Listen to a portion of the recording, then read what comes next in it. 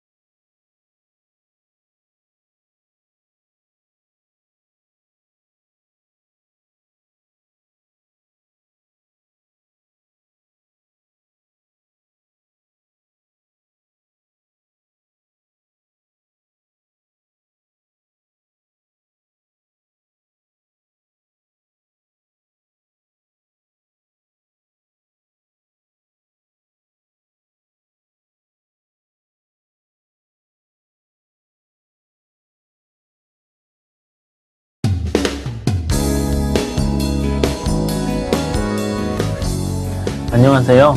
이번 시간에는 새로운 국제무역질서 두 번째 시간으로요.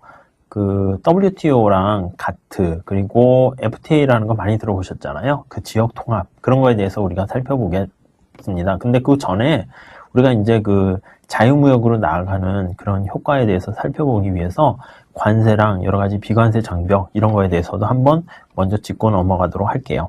자, 그래서 우리가 자유무역이 제일 좋은데 현실에서는 정부가 이렇게 무역을 못하도록 규제를 하기도 해요. 근데 그 왜 규제하는가 그 논리에 대해서 먼저 살펴보겠고요. 궁극적으로 나아가고자 하는 거는 이 규제를 가능한 한 없애고요. 정부 개입을 없애고 가능한 한 자유무역으로 나아가는 그런 흐름 그런 거에 대해서 우리가 살펴보도록 할게요. 뭐 아시겠지만 WTO라든가 뭐 가트 이런 거에 대해서 보기로 하겠고요. 그 다음에 이 WTO나 그 전 세계 다자간 무역 이런 거는요, 이게 너무 많은 국가들이 조항도 많고요, 합의하기가 쉽지가 않아요. 그러다 보니까 당장 인접한 국가끼리 빨리빨리 우리끼리라도 먼저 한번 통합을 하는 게 어떻겠느냐 해가지고요, 그 좁은 국지적인 지역의 통합 그런 경우가 이제 많이 일어나고 있는데 그 현상에 대해서도 한번 살펴보도록 할게요.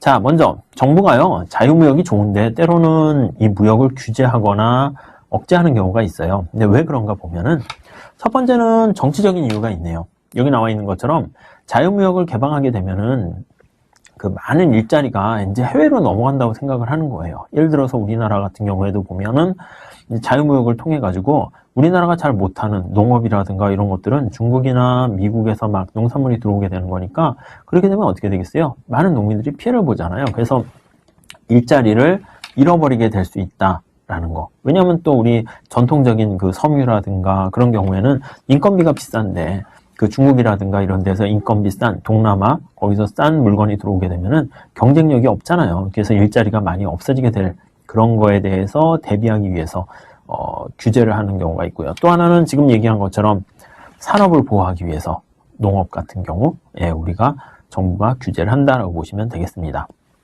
여기 나와 있는 것처럼 만약에 농산물을 수입을 규제한다라고 하면 미국이나 중국에서 물건이 못 들어오게 하는 거잖아요. 그러면은 우리나라 농민들은 이득이 되겠죠. 왜냐하면 물건이 많이 들어와서 경쟁해야 되는데 경쟁을 안 하게 되는 거니까 농민들은 이득이에요. 농민들은 해피하긴 하겠지만은 문제는 이 행복한 해피한 것이 누구는 손해를 보냐면 소비자 입장에서 어떻게 되겠어요? 만약에 퀄리티가 똑같다라고 하면 퀄리티가 좋은 그런데 값이 싼 외국의 상품들이 들어올 수 있는데 그거를 못하게 되는 거니까요. 소비자들의 희생, 소비자들은 피해를 보게 되는 거네요. 그러니까 뭐 세상에 공짜가 없는 것이죠. 그래서 규제를 하게 되면 누구는 이득 보고 누구는 손해를 보는 그런 상황이 많이 발생하게 되네요. 자, 이렇게 일자리와 산업을 보호하기 위한 그런 논리가 정치적인 논리다라는 거. 두 번째는요. 국방상 같은 경우에 논리도 있네요. 군수산업 같은 경우에 우리가 미국이나 이런 데에서 미사일이나 탱크를 계속 사다 쓰게 되면 어떻게 돼요? 나중에 진짜 위급한 상황에 전쟁이 일어나는데 미국과 그런 데에서 탱크 안 팔어 이렇게 해버리면 우리나라는 우리나라 국토를 지킬 수 있는 자위 능력을 상실하게 되는 거잖아요. 그런 측면에서 봤을 때는 군수산업 이런 측면에서 우리가 국방상 이유로 무역을 이런 산업은 규제한다 이렇게 보시면 되겠고요. 자, 세 번째 측면에서 뭐냐면요. 불공정 거래에 대한 보복 측면도 있어요. 만약에 다른 나라가 여러 가지 정부 입장에서 보조라든가 가격을 싸게, 뭐 세제 혜택, 세금 혜택 같은 경우를 통해 가지고요. 가격이 낮은 상품이 수입이 되면 우리나라 상품하고 경쟁이 안 되잖아요. 그러면 우리나라 물건 생산하고 공급하는 생산자들이 손해를 보게 되는 거니까 안 되겠다. 니네들이 가격을 정상 가격보다 훨씬 낮은 가격에 수출하게 되면 그거를 규제하거나 억제하기 위해서 우리는 보복 관세를 부과한다거나 아니면 억제, 수량을 어느 정도 이상 하지 못하는 규제를 통해 가지고요. 그런 문제를 해결할 수 있게 되네요. 그래서 유명한 게 미국의 슈퍼 301조라는 게 있어요. 그래서 언제나 우리나라나 일본 상품들이 막 이렇게 수출이 많이 되면은 미국 입장에서는 자국이 불리하다 생각하면은 뭐 반덤핑, 덤핑 같은 걸 조사해 가지고요. 슈퍼 301조를 이렇게 발동시켜 가지고 많이 정부의 규제로 자유로운 거래를 억제하는 경우가 이제 과거 역사에서 많이 있었다라는 거 보시면 되겠고요.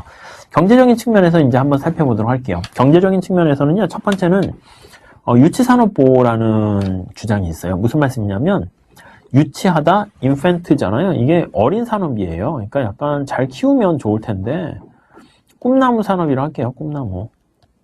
그러니까 지금은 경쟁력은 좀 약하지만 좀만 잘 이렇게 어느 정도 보호를 해주면 이제 경쟁력을 키워가지고요. 꿈나무처럼 성장해가지고요. 해외 상품과 같이 경쟁을 할 수 있는 경우. 이거는 좀 일시적으로 어느 정도 이제 보호를 해줘야 될 필요가 있잖아요. 그래서 보호무역의 가장 대표적인, 뭐 독일의 경제학자인 리스트라는 사람이 얘기했는데요.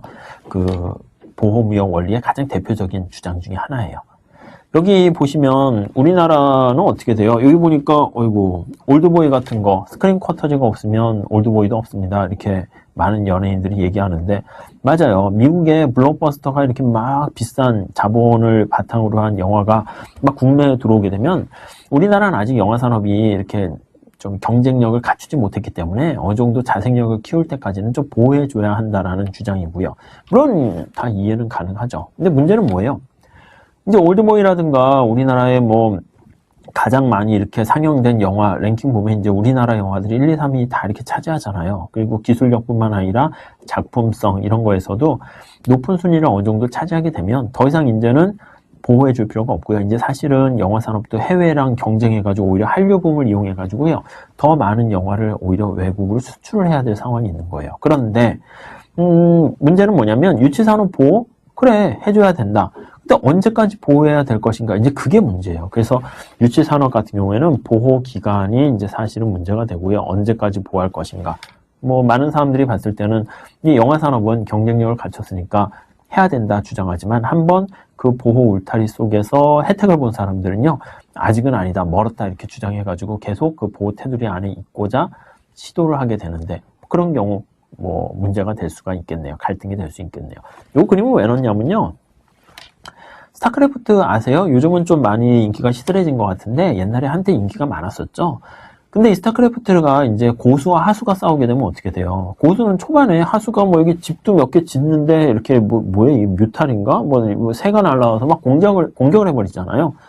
그럼 게임이 초반에 재미없이 그냥 끝나요. 그러니까 여기 초보라고 할 수 있는 초보자가 이제 게임을 하고 얘는 이제 고수예요. 그렇게 되면 우리가 보통 그런 얘기를 하네요. 초보자 하수는 하수는 야 초반에 공격하기 없기 뭐 이런 얘기 하잖아요. 그러니까 어느 정도 시간을요 이렇게 벌어둔 다음에 나중에 나도 이제 건물 짓고 군대를 좀 양성하고 군사 일꾼 만들고 뭐 전투력 만들고 그 다음에 게임을 해야 재밌으니까 보통 우리가